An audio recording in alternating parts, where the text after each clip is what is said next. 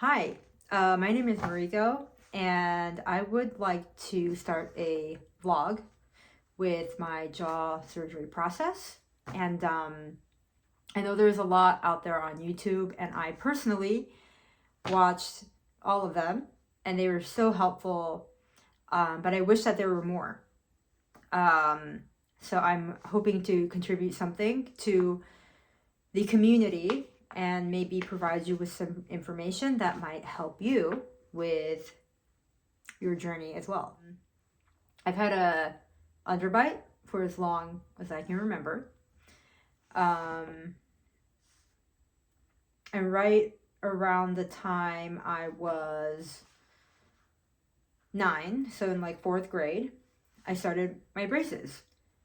But the orthodontist told my mom and I that the braces will only be like a buffer for now, and then I will eventually have to get jaw surgery once I am fully developed. I felt like kind of hopeless because they said, oh, you would have to wait until you're 28. And when you're 9 years old, like 28 sounds like an eternity away. So I think we did end up going to like a jaw surgeon nearby to hear his opinion, and he said the same thing, like, oh yeah, you need jaw surgery. What it would consist of is you getting braces for about 2 years, and then in that process you will get the jaw surgery done. The healing process is the hardest part, yada yada yada. But there was nothing we can do at that moment because I was not grown yet. I was still growing. So what they recommended for the time being was that I get an expander, upper mouth, upper roof, I don't know, expander, and then braces. So my teeth are pretty crooked, so I'm glad I got the braces. But the expander, all it did was just jut my teeth out like this, and then it would like cover my bottom teeth like that. So at the time, I didn't really think a whole lot about it, but afterwards I saw some pictures and I was like, I'm really glad that I forgot to put my retainer in. And that's why my teeth are back like this. But my teeth like relatively stayed straight, so that's great. As stupid as it sounds, I'm really glad I did not put my retainer in and let it kind of go back to normal. And then I think when I was like 17 or 18, we were in Japan, and I had health insurance there too, so we just saw like a jaw surgeon, or was it I think orthodontist in Japan, and they said the same exact thing, which was, yeah, you would need to get braces and do jaw surgery. And obviously healthcare in states or countries other than the USA are a little bit more affordable. So that's why we were getting the consultation in Japan. And we're like, oh, maybe we can do it here. But the orthodontist said that you would need to be here every month for like a checkup until your jaw surgery.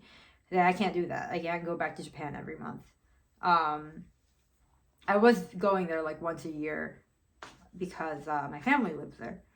But so yeah, that option was out the window. But what was nice is that she said something very consistent to what they told me like 10 years ago. So great. I was like, okay, yeah, now we wait again. Like years passed.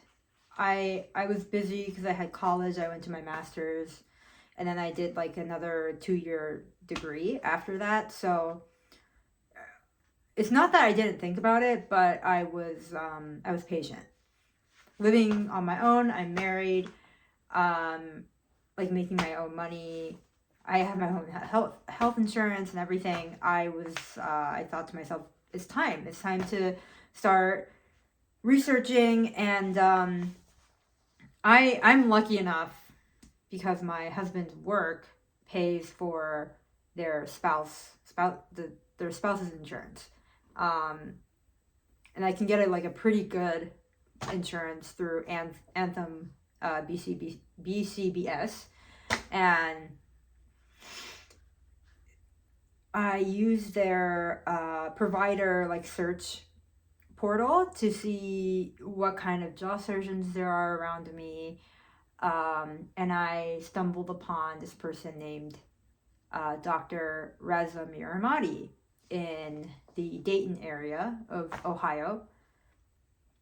But actually, before I did that, I found an orthodontist just to start the process. And yeah, and they basically told me the same exact thing too. You're probably going to need jaw surgery, blah, blah, blah, blah. But they also offered me the option to do springs. It would be attached from towards the front of my mouth to the back of my mouth to bring my jaw back. That was another option, but they said, yeah, but talk to a jaw surgeon about it. So then when I told my Dr. Miramati about it, he was like, no, you need jaw surgery. And then through the 3D x-ray that they did at my consultation, we figured out that this jaw bone right here is longer than this one. For some reason, this one grew longer. It's possible that it's affected by me playing the violin ever since I was 5. But I don't know. It could just be genetics, because both of my parents, my mom has the genetics for a smaller lower jaw, so she has an overbite, and my dad has a big jaw. Everybody in his family tends to have a bigger jaw, so it might be my dad's side's genetics, who knows, but nobody has an underbite like me. So my doctor did say it's very possible that, he said, form follows function. Now obviously you hold violin on this side, and when you're younger you deal with clenching issues with your jaw because you think you have to have a lot of tension to hold the violin and things like that.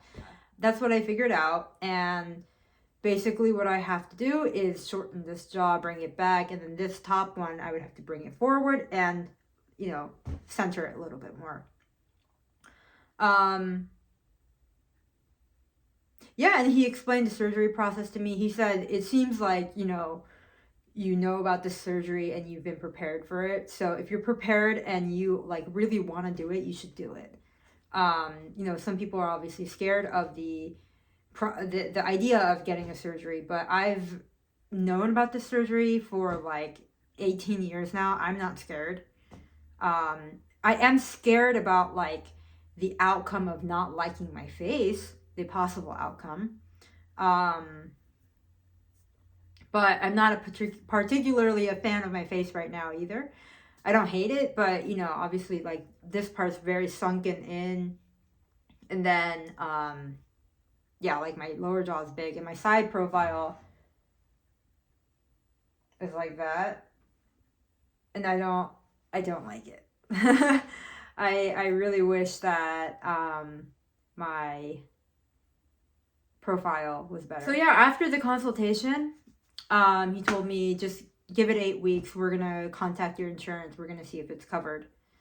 And I waited 8 weeks. So this appointment was in October, this last October in 2023. And then 8 weeks in was about December.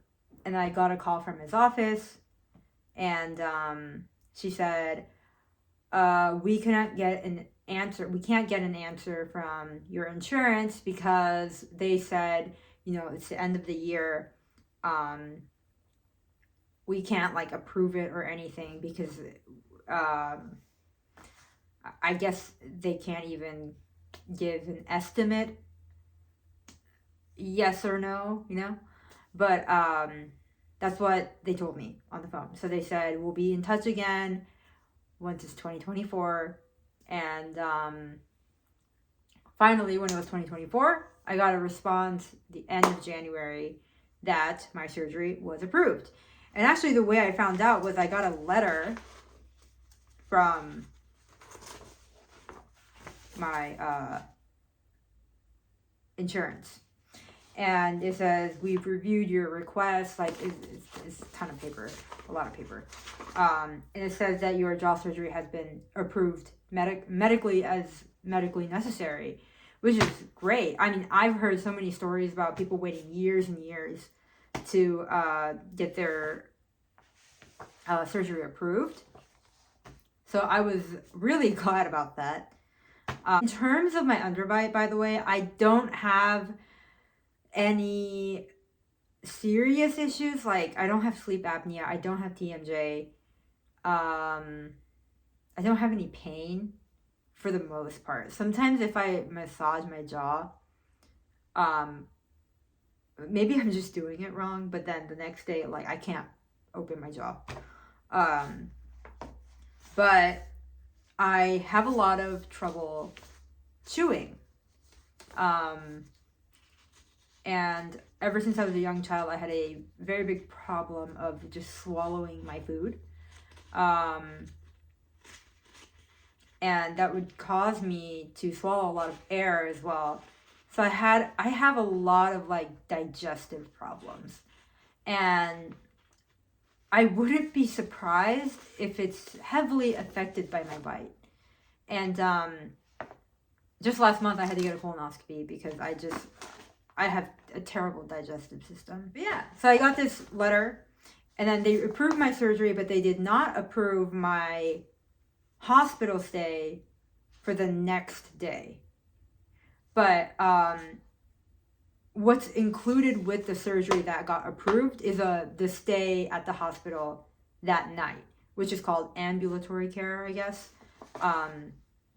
So the one that wasn't approved is just for the second night at the hospital. But that's only if I need it. Like, let's just say there are some medical issues. Then that has to be determined at the time.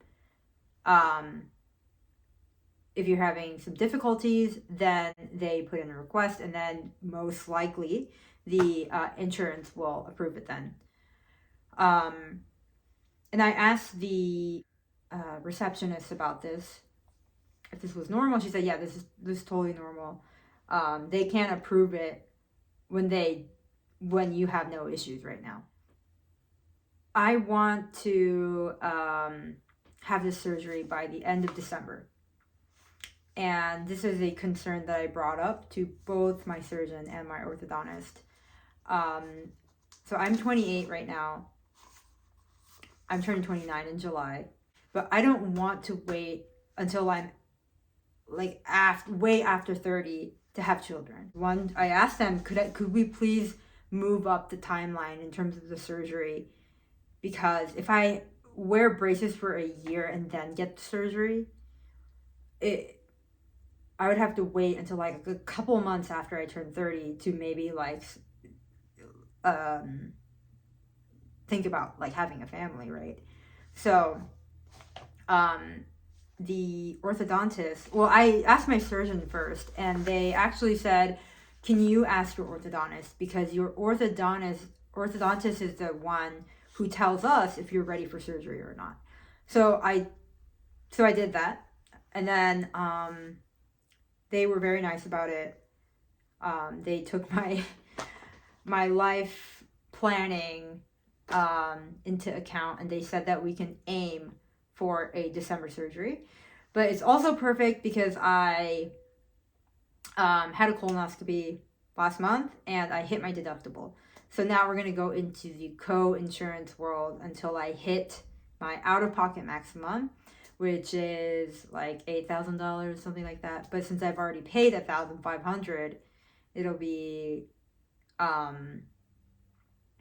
my gosh, $6,500.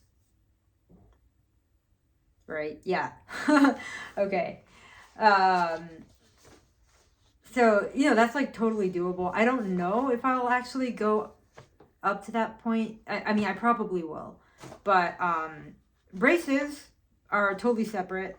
It's north of $9,000. But I don't know if that's because I asked to move up the timeline. That might be part of it. But I mean, they have like really great reviews. His name is Dr. King in Centerville. I think it's Centerville. I did schedule my braces appointment for next Thursday. So I do have that in the books, but my husband's very supportive of the surgery. He doesn't think I need it, but you know, he's like, if you want to do it, then I'm on board, which is great. But one of my family members is very against it, and I can't just, ignore that concern, unfortunately. So I have to have a talk and try to get the family member on board before I go forward with it. I don't think I'm gonna wait for like 100% yes from them, because that could take months, maybe even years. So I just have to make sure I sit down and tell them that I really appreciate their concern, but I would also appreciate their support.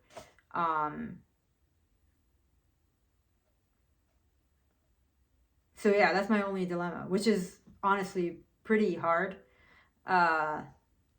because from my standpoint, it's like, why don't you understand that I need this, and that it's been a huge insecurity of my life for the past 18 years. People have made fun of me for it. They still make fun of me for it. At least now I have like a good sense of humor about it, and I think it's funny, but it still bothers me, right? Every time I talk and I have to say my S's,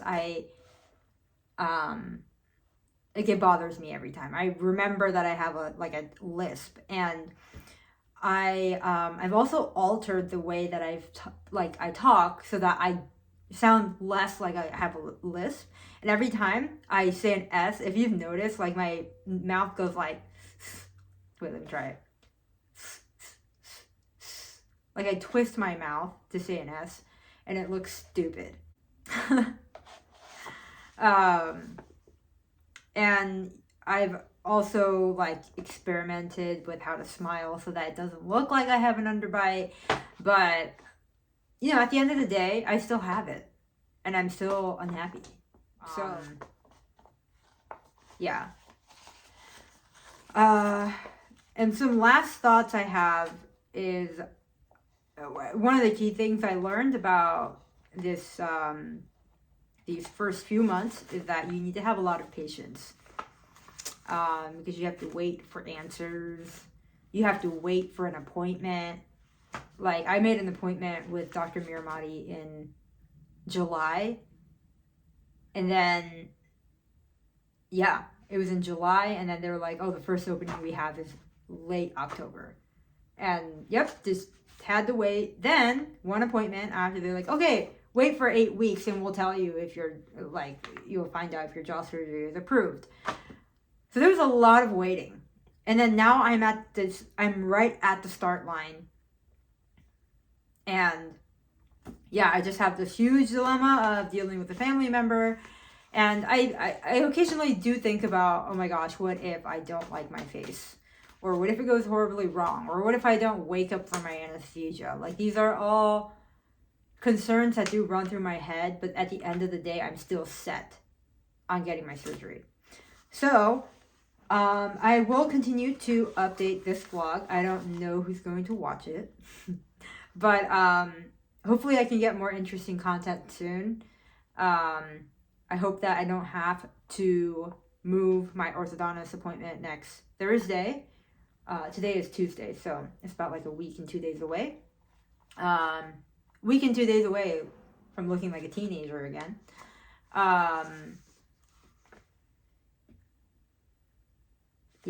That's about it. I found a jaw surgery support group on Facebook. If you haven't joined it, you should, because yeah, it's really great. You can like everybody's so supportive. If you have a question, somebody will definitely answer it. It's a great place to be, for sure. So if you do watch this and you're about to start your process, or if you have already started it, please let me know what your process is like. I like to hear other people's stories and their experience. If you are here to warn me not to do it, please do so without trying to scare me too much. But yeah, I will try to keep updating, and hopefully this helps somebody out.